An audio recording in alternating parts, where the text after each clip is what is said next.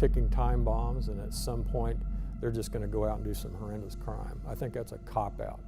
And she fake walked like a woman that had just given birth. She was a sweet. Of the story, how can we know it's true? The government's chief expert at trial was put to death shortly after midnight last night. Lisa Montgomery died by lethal injection.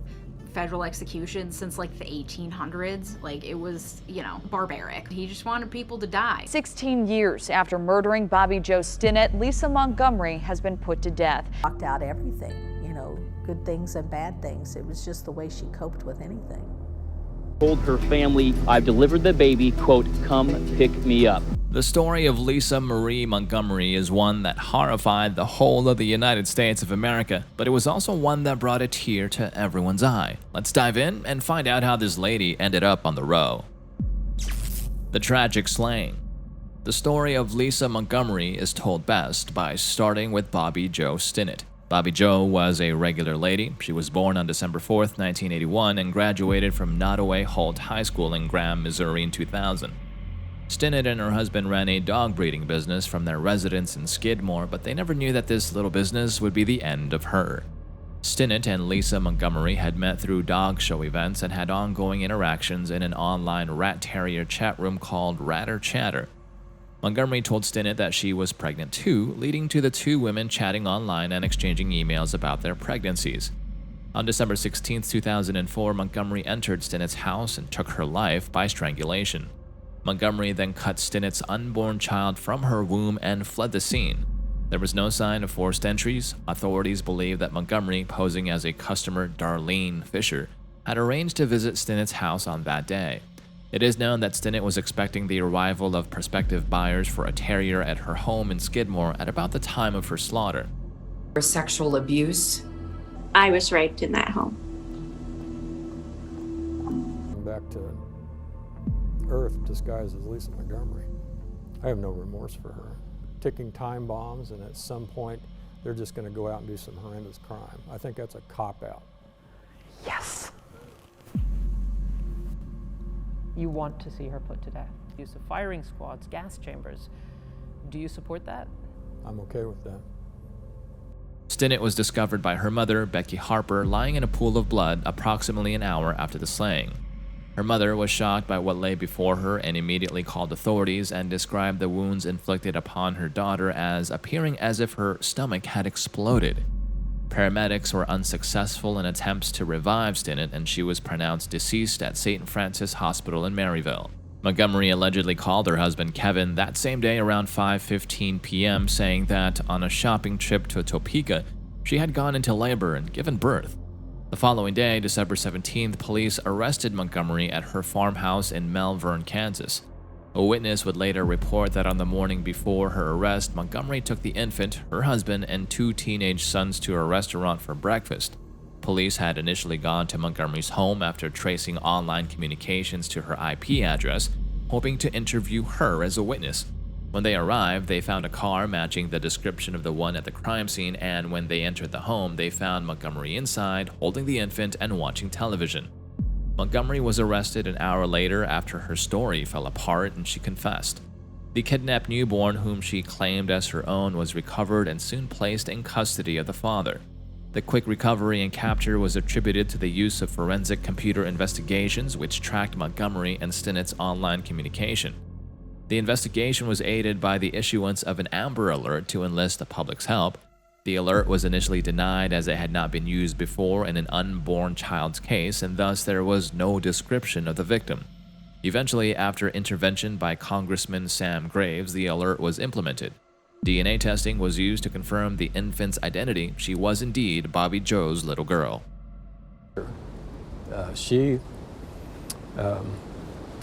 There's no redeeming quality there. And she fake walked like a woman that had just given birth. To Stormont Vale Hospital. I asked the sheriff whether or not this is indeed the baby. He said, yes, it appears. Even comprehend what Bobby's family went through. Trial and sentence. Montgomery was charged with the federal offense of kidnapping resulting in a demise. a crime established by the Federal Kidnapping Act of 1932 and described in Title 18 of the United States Code. If convicted, she faced a sentence of life imprisonment or the capital punishment. At a pretrial hearing, a neuropsychologist testified that head injuries which Montgomery had sustained some years before could have damaged the part of the brain that controls aggression. Dr. Mary Case, chief medical examiner for St. Louis County, Missouri, and a forensic pathologist, testified during the first week of the trial for Lisa Montgomery. Evidence showed that Stinnett was struggling with her attacker as she was being strangled, said Case, who had been chief medical examiner since 1988 and conducted about 10,000 autopsies, including several hundred on homicide victims by that time. In 5 hours to reach their verdict, Montgomery's eyes were downcast and she cried quietly. She was a sweet.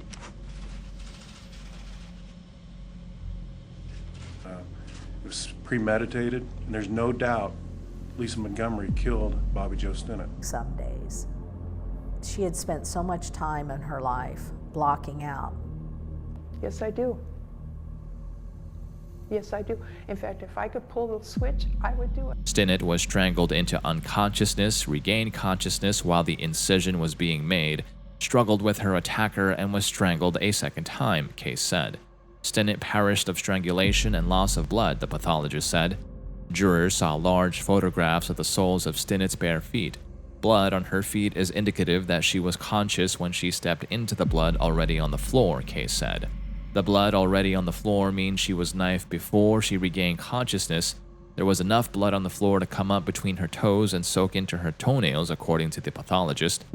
Using large photos, Case pointed to 2 sets of abrasions on the victim's neck, which were left by the rope used to choke Stinnett twice. Nylon rope stained with dried blood is very consistent with the ligature markings here.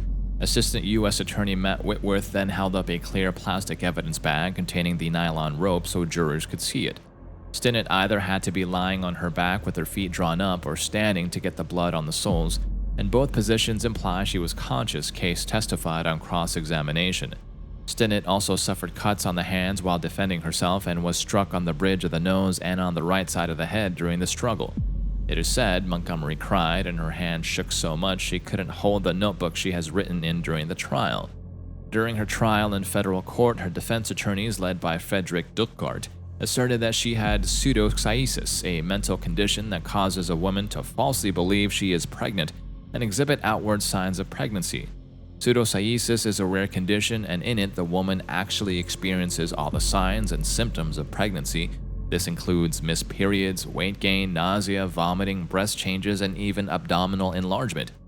Ducart attempted to follow this pseudopsoriasis line of defense only 1 week before the trial began after being forced to abandon a contradictory argument that Stinnett was slain by Montgomery's brother Tommy, who had an alibi. As a result, Montgomery's family refused to cooperate with Ducart and described her background to the jury. Dr. V.S. Ramachandran and M.D. William Logan gave expert testimony that Montgomery had pseudopsoriasis in addition to depression, borderline personality disorder, and post-traumatic stress disorder. Ramachandran testified that Montgomery's stories about her actions fluctuate because of her delusional state, and that she was unable to dictate the nature and quality of her acts. Both federal prosecutor Roseanne Ketchmark and the opposing expert witness forensic psychiatrist Park Dietz disagreed strongly with the diagnosis of pseudopsoriasis. On October 22, 2007, jurors found Montgomery guilty, rejecting the defense claim that Montgomery was delusional. On October 26, the jury recommended the capital sentence. Judge Gary A. Fenner formally sentenced Montgomery to her demise on April 4, 2008. Ducart's pseudopsoriasis defense, Montgomery's past trauma, and separate diagnosis of mental illness were not fully revealed until after her conviction. Her appeals lawyers hammered the trial team for relying on the exotic and misguided pseudopsoriasis defense. This led critics, including Guardian journalist David Rose, to argue that Ducart provided an incompetent legal defense for Montgomery. Fenner required Ducart to be cross-examined in November of 2016. Ducart rejected all criticism and defended his conduct. She thinks that probably happened when her stepfather would grab her by her long hair and slam her head against the concrete. Of the story, how can we know it's true? The government's chief expert at trial. Attorneys have argued that this execution must be stopped because she has lost touch with reality. Told us that he was now convinced that Lisa was sexually abused. Later appeals. During her appeals, Montgomery's lawyers argued that she technically did not commit the crime of kidnapping resulting in a demise, claiming that Victoria Jo Stinnett was not considered a person until she was removed from her mother's womb. Accordingly, since Bobby had perished beforehand, the crime was instead a demise resulting in kidnapping. Was put to death shortly after midnight last night. Lisa Montgomery died by lethal injection. Anybody who is subjected to the death penalty in the United States may not be executed. You hear I gotta stay. It's not for sure yet. Lisa was sexually abused, gang raped, and trafficked by her mother. Federal execution since like the 1800s, like it was, barbaric. He just wanted people to die. Happened when her stepfather would grab her by her long hair and slam her head against the concrete driveway repeatedly. That claim was dismissed, with the court saying the felony slaying rule nullified this and that Montgomery needed to slay Bobby regardless in order to complete the kidnapping. Experts who examined Montgomery after conviction concluded that by the time of her crime, she had long been living with psychosis, bipolar disorder, and post-traumatic stress disorders. She was said to be often disassociated from reality and to have permanent brain damage from numerous beatings at the hands of her parents and spouses. The case of Atkins versus Virginia ruled that putting down individuals with intellectual disability violates the 8th Amendment to the United States Constitution regarding cruel and unusual punishments.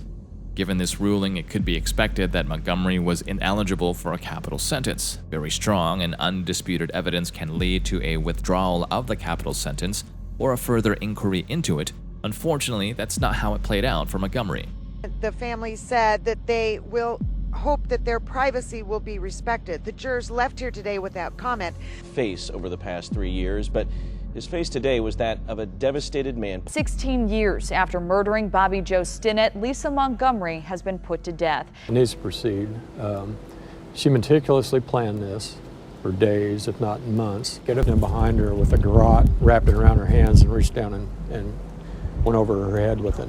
Breaking news overnight, 16 years after murdering Bobby Jo Stinnett, Lisa Montgomery has been put to death. Sexual assault survivors to imply that they're ticking time bombs and at some point. Unfairness or justice? Her post-conviction lawyers Kelly Henry, Amy Harwell, and Lisa Norrie sent a petition to the Inter-American Commission on Human Rights, claiming that Montgomery's trial, quote, fell far short of minimum standards of fairness, unquote, and thus violated international law, and that the United States government itself bears some culpability for her crime given its abject failure throughout her life to protect her from her severe child harm and physical violence. The commission ruled that the punishment would result in irreparable harm and requested a delay until it had the chance to reach a decision on Montgomery's petition. The commission's rulings were not legally binding, but past ones had resulted in stayed punishments in Ohio and Texas, so they were hopeful that it would work. In addition to that petition, more than 1,000 supporters put forth their own letters and petitions, including prosecutors, anti-trafficking and domestic violence organizations, and mental health practitioners. But in the end, none of this had any real bearing on whether Montgomery's punishment would go forward. Her only chance at clemency rested entirely with President Trump, whose administration had ordered an astonishing 6 people be put down during his final days in office. Horrible things, that she just had this wall. That Jack Kleiner started to groom her as pedophiles do.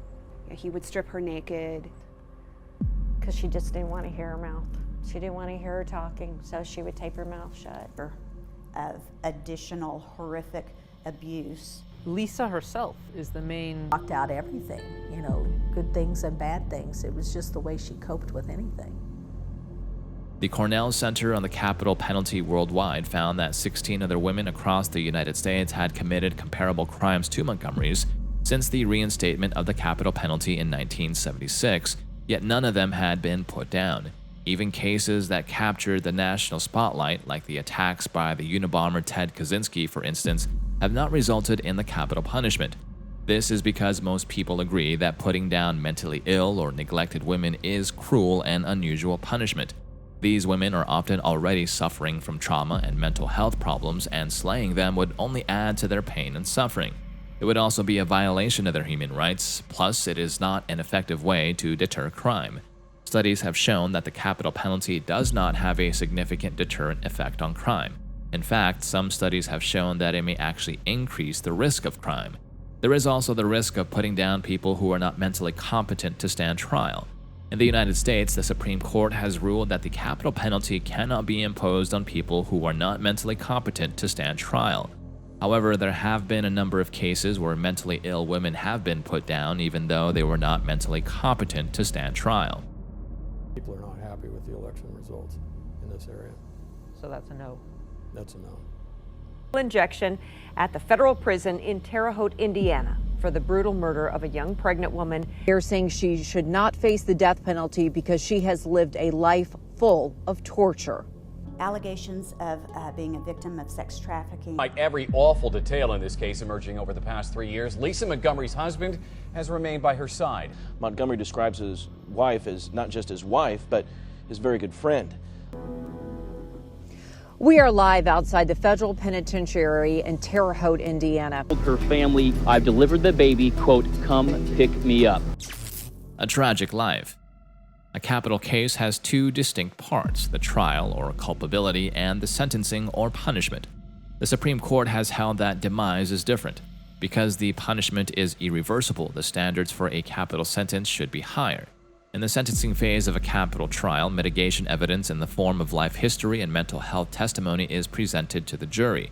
These narratives are meant to humanize the defendant and offer context to determine the appropriate punishment.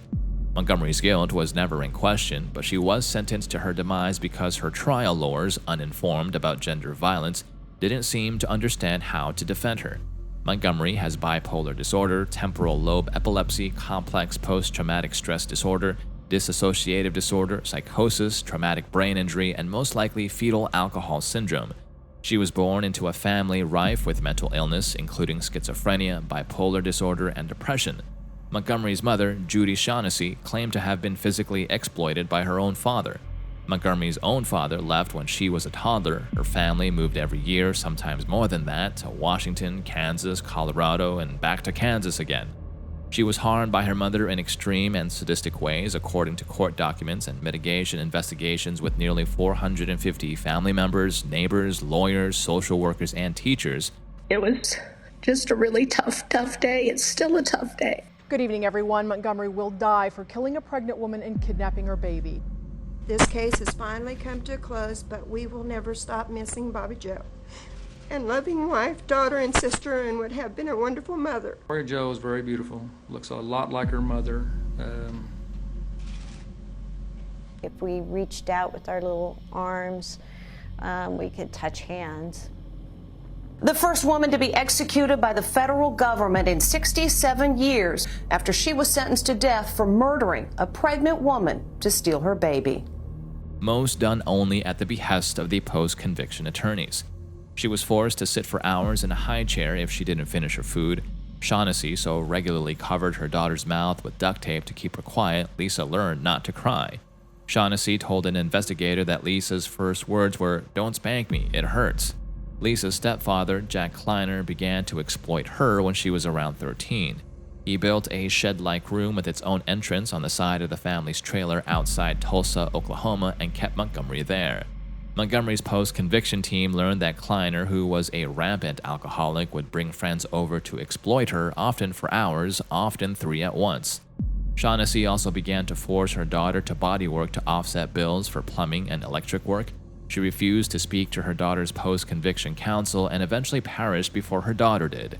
Before he perished in 2009, Kleiner videotaped a statement denying the harm, but his employer testified that Kleiner had indeed admitted to exploiting Montgomery. Her half-brother Teddy Kleiner confirmed that their mother would make the other kids go outside while she was being exploited, but his statement wasn't made until 2013.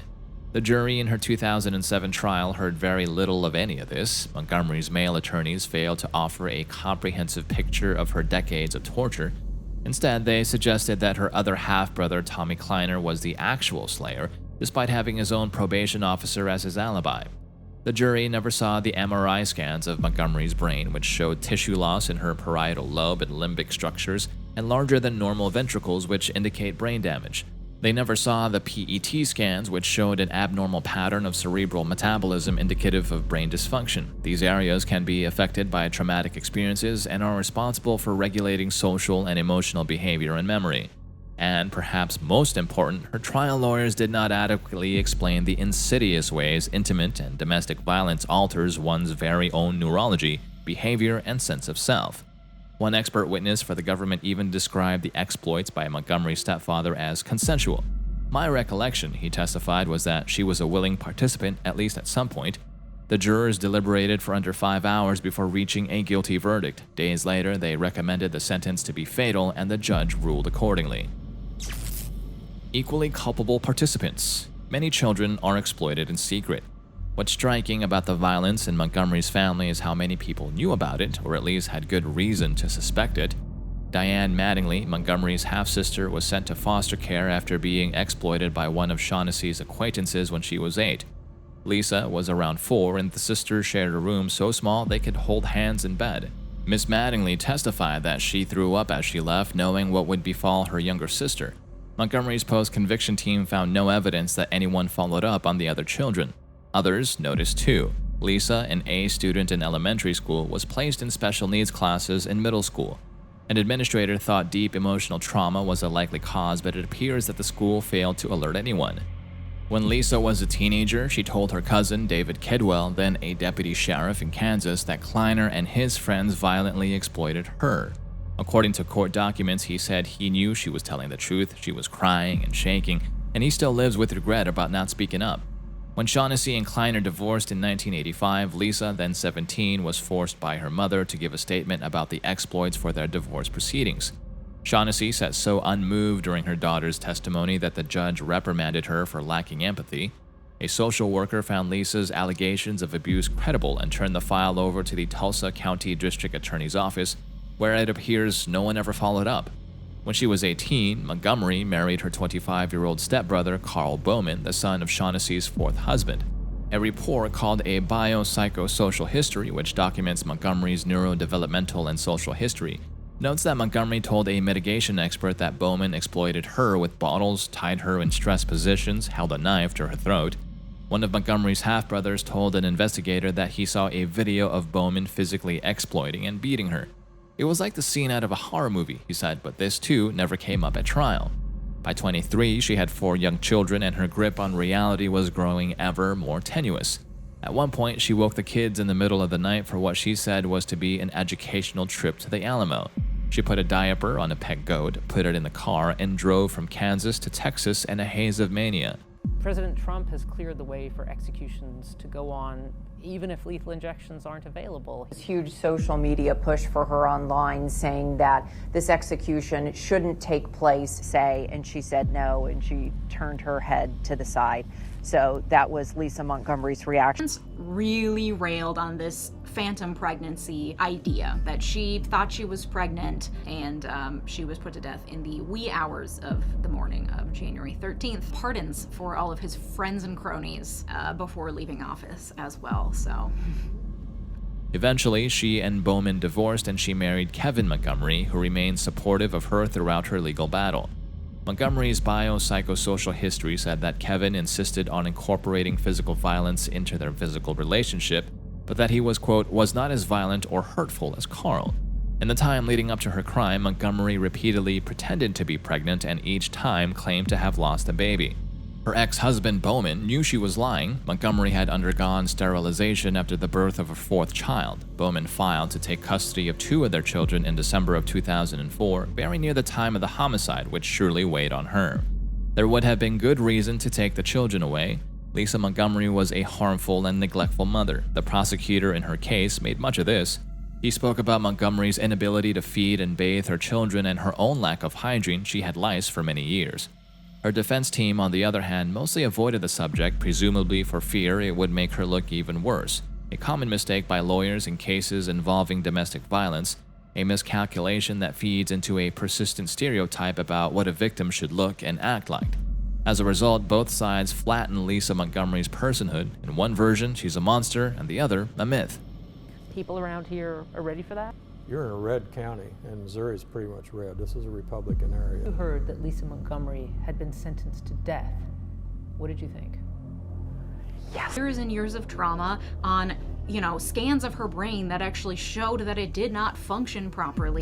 She didn't know how to conform her actions to what the law requires, and so she should. Supreme Court on January 12th, the day that she was meant to be put to death, the Supreme Court upheld her death sentence. She should not be punished for what happened. The issue with this expert and with this whole defense is that it's improper, which basically reinstated that January 12th execution date. But then yes, under this Atkins v. Virginia, federal execution since the 1800s, it was, barbaric. He just wanted people to die. I'll answer, I say no. I don't believe in the federal death penalty. I don't think that we should give the government the power to be killing people. Sandra Babcock, the founder and faculty director of the Cornell Capital Penalty Center and an expert in gender discrimination in capital cases, said such trials often become about a woman's character.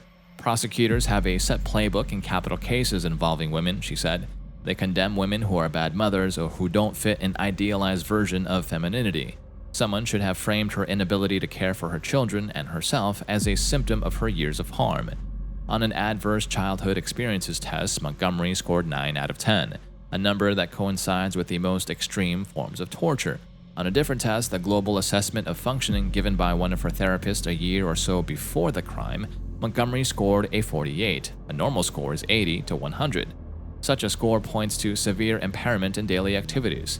This was seen in many events in her life too. For example, in prison, it took Montgomery an entire month to learn to make her bed according to the guidelines, a task that would normally come easy to most people. A social worker who spoke with Montgomery after she was arrested found she sometimes recounted her experiences in the present tense, as if she was reliving them, unable to distinguish between the present and the past. Her defense team suggested that she suffered from a rare condition called pseudocyesis, but pseudocyesis, if she had it, was a symptom of a bigger problem.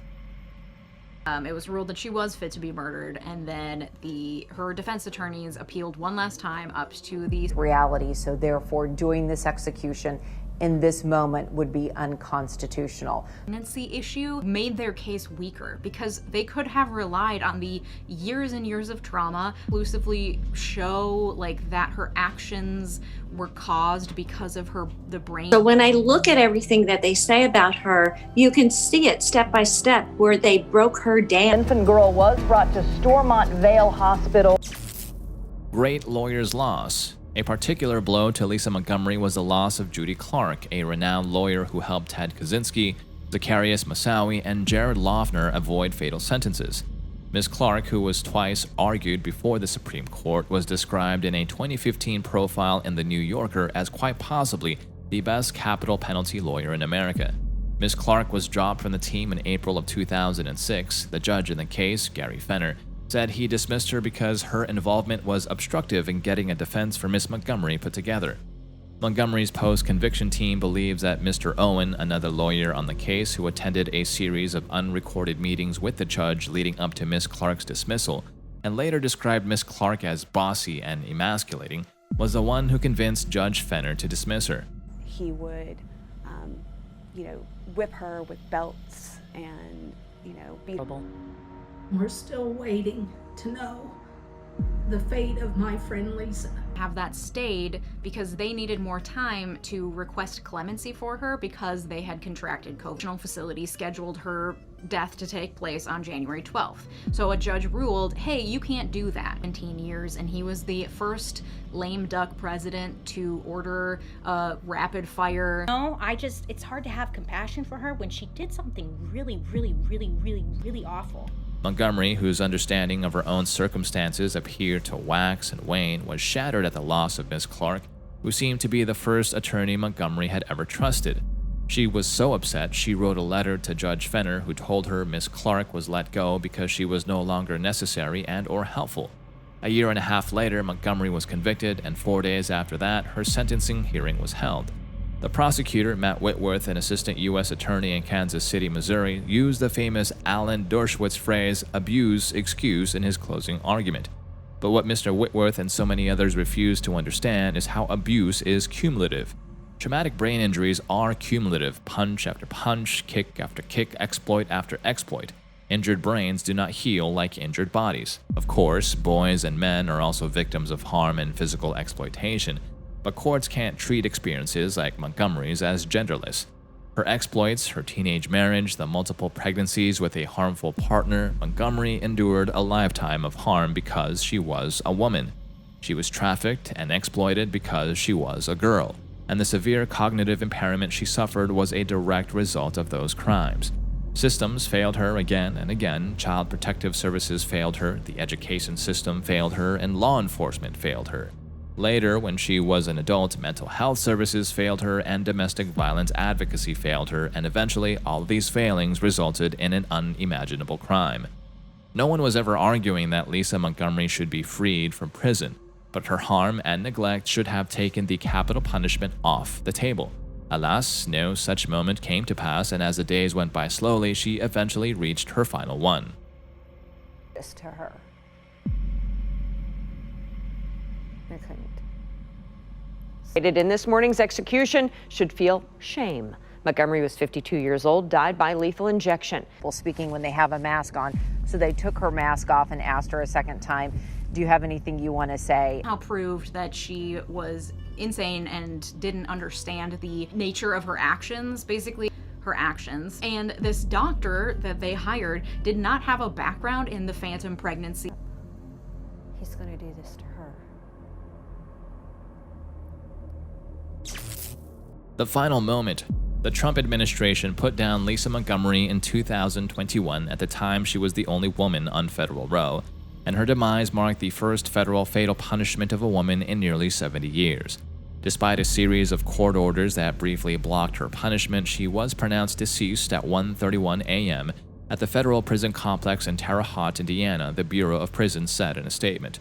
Her demise by lethal injection is the 11th fatal punishment since the Trump administration resumed use of federal capital punishment in July, after a 17-year hiatus. According to a spokesperson for the defense team, Montgomery was transported, fully shackled, from a federal medical center in Texas to Terre Haute on a Monday night. Biden wants to abolish the death penalty. Do you think people around here are ready for that? She was a sweet. Happened with this expert that they hired to talk about the phantom pregnancy diagnosis. So you have to have sex with this man so I can get the plumbing done. How long did this go on for? Someone who claims that has the right to a examination to determine whether or not they are fit to be put to death. An extremely delayed disclosure. I don't know how I feel. How do you feel? I would love to hear your guys' thoughts down below. Do you think Lisa should have been... The federal penitentiary, where the vast majority of federal and row prisoners were housed, is an all-male facility, and an official said in a court declaration that the Bureau of Prisons planned to house Montgomery at the facility, where she would be the only inmate. Shortly before Montgomery's demise, a female prison staff member gently removed Montgomery's face mask and asked if she had any last words, to which she responded, no, according to a report from a journalist in attendance. In her final days, Montgomery found some fleeting reprieve in the courts. Her lawyers had claimed that she was incompetent for such a punishment, citing mental illness, neurological impairment, and complex trauma. A federal judge in Indiana issued a stay so that the court could conduct a hearing to determine her competency, but a panel on the 7th Circuit Court of Appeals vacated that stay the next day, writing that Montgomery's claim could have been brought earlier. The judges also cited Supreme Court precedent, which emphasizes that last-minute stays of punishment should be the extreme exception, not the norm. Still, other court orders continued to block her punishment well after the Bureau of Prisons' tentatively scheduled time of 6 p.m. The U.S. Court of Appeals for the District of Columbia Circuit issued a separate stay so that the court could hear her claim related to the Federal Penalty Act, and the 8th Circuit Court of Appeals issued its own stay. But the Supreme Court cleared the way for the punishment to proceed, as it has done with the previous 10 inmates put down by the Trump administration. The court overturned both stays, the remaining barriers to her punishment, and rejected each of Montgomery's requests for reprieve. In a lengthy statement the next morning, Montgomery's longtime lawyer Kelly Henry maintained that the government violated the law by putting down her client, who suffered from debilitating mental disease. Beyond the crime for which she expressed remorse and the abuse she endured, Ms. Henry said Montgomery was a Christian who adored her family. Ms. Henry also contended that the punishments themselves, what she called super spreader events, demonstrated the administration's reckless disregard for human life of innocent citizens. At least some of those close to Ms. Stinnett or the case said Montgomery's punishment was a just conclusion to a crime that had haunted the Northwest Missouri community for years. Richard Cheney, 38, a childhood friend and classmate of Ms. Stinnett's, recalled biking to the local gas station with her, describing how in high school she had a huge crush on the man who would later become her husband. Mr. Cheney rejected the idea that the harm suffered by Montgomery should have led to her life being spared, saying many people endure trauma without committing heinous crimes. You don't see them out slaying pregnant women and cutting babies out, he said. To Stormont Vale Hospital. I asked the sheriff whether or not this is indeed the baby. He said, yes, it's a pure. Right now, what we have legally is there is a clemency petition that is before President Trump. And our later newscast regarding this execution. Reporting live in Terre Haute, Angie Racono. Carolyn, she really didn't have any final words. She was masked, and witnesses say that, of her brain that clearly showed that she was not functioning at a level where she could understand the brain differences. So the court threw it out because they were like, there is no probative value to this expert. And excluded from the case entirely on the grounds that it had no scientific basis. Talk about the phantom pregnancy diagnosis, pseudocyesis. I'll note as well that while he was expediting federal executions, he was also expediting pardons against the Eighth Amendment to put to death a person who has an intellectual disability. Capital penalty under Trump. The capital penalty in the United States has been a controversial issue for many years. In recent decades, the number of punishments has declined, but the Trump administration reversed this trend, carrying out more punishments than any other administration in over a century. In July 2019, Attorney General William Burr announced that the federal government would resume punishments after a 17-year hiatus. The first such punishment under the Trump administration took place on July 26, 2020, when Daniel Lewis Lee was put down by lethal injection. Lee had been convicted of the slaying of a family of 3 in Arkansas in 1996. In the following months, the Trump administration carried out a series of punishments, including the first woman to be put down by the federal government in nearly 70 years. In total, the Trump administration put down 13 people, more than any other administration since the 1890s. The punishments were carried out despite widespread opposition from human rights groups and legal experts. Critics argued that the Trump administration was exploiting the capital penalty for political purposes and that the punishments were carried out in a discriminatory manner. The Trump administration also made a number of changes to the federal penalty protocols. These changes included shortening the appeals process, expanding the pool of drugs that could be used for lethal injection, and allowing the use of firing squads in the gas chamber. The changes to the federal penalty protocols were met with criticism from legal experts who argued that they would make it more difficult for inmates to challenge their sentences and that they would increase the risk of error. Attorneys have argued that this execution must be stopped because she has lost touch with reality. Make sure they're mentally fit to be murdered. Do we feel all right about that? So she got that examination. Expertise is questionable at best. So again, this was a shortcoming on the defense's side where they picked an expert who didn't have an expertise. January 13th. Interestingly, again, this was at the end of the Trump presidency and he was expediting federal executions. He is in what the defense they were trying to claim, and the defense they were trying to claim was really insufficient. So many other things wrong with her that relying exclusively on this phantom pregnancy diagnosis that they were trying to prove, and the scans that he did provide of her brain. The Trump administration's focus on the capital penalty was seen by some as a way to appeal to his base of support. However, the punishments were also controversial within the Republican Party, with some prominent Republicans criticizing the administration's actions. The Biden administration has taken a different approach to the capital penalty. In January of 2021, President Biden issued an executive order pausing federal punishments. The order also directed the Department of Justice to review the federal penalty protocols. The Biden administration's review of the capital penalty is ongoing. It is unclear whether the administration will resume federal punishments in the future.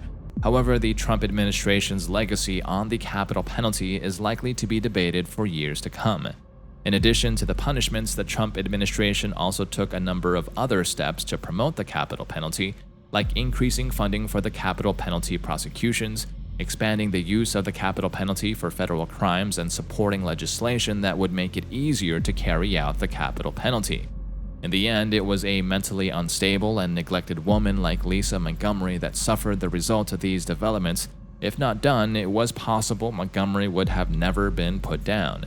On the other hand, hopefully the family of Bobby Joe got some closure after the woman who stole their beloved family member was taken out of this world. And that's all for today, folks. We'll see you next time at the next one.